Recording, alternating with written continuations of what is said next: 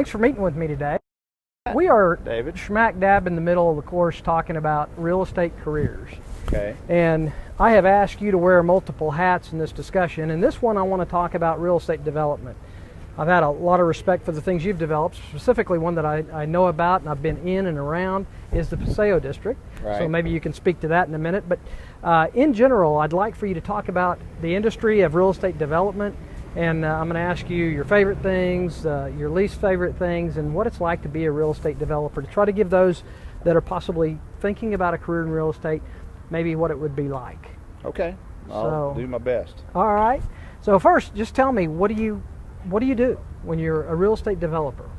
That is a very good question. My kids used to always ask me that whenever I was in the throes of developing in the Paseo. I think what you're really trying to do is really command a bunch of different disciplines to create value, in our case in real estate. And so what I did in particular in the Paseo deal was identify a need. There was a sort of a burned out chunk of that neighborhood that was a historic neighborhood, and then try to assemble the team and the pieces to execute a project that we thought made sense. And so that really involved working with everybody from the city to an architect to a contractor to investors. You had to shut a street down. Yeah, we did a lot of things. We started out with 12 burned out buildings that we first had to secure.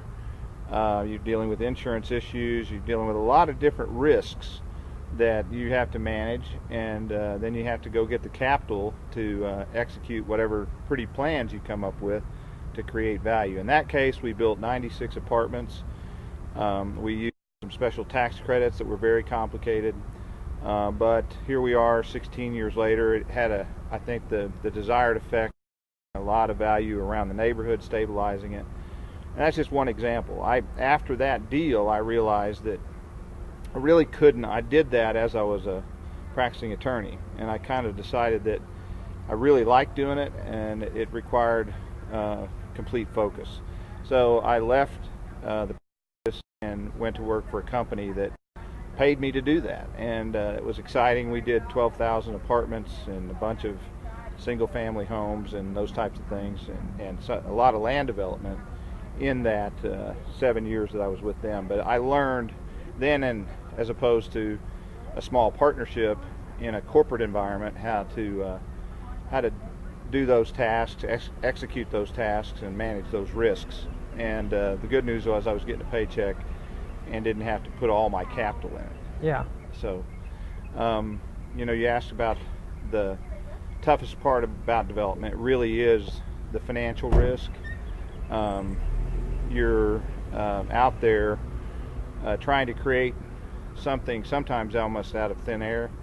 You have to make sure you do your research. You certainly were on the Paseo deal, and later on those were difficult times and difficult places to do what you did. Yeah, they were, and it doesn't ever get any easier. I mean, if it was easy, then a whole lot of people would be doing it, and a lot of people try to do it. Some are unsuccessful. So a lot of deals get built that don't really work, and so they don't necessarily work for maybe the second or third owner after the costs have been sort of crammed down. And so you work to count the costs on the front end, mitigate your risk. Mitigate your risk, and you got to go raise capital. You got to be comfortable with either putting your own money in or asking other people for money, and sort of have the gumption to takes once the deal is underway to get it done, because failure is not an option, really. Yeah.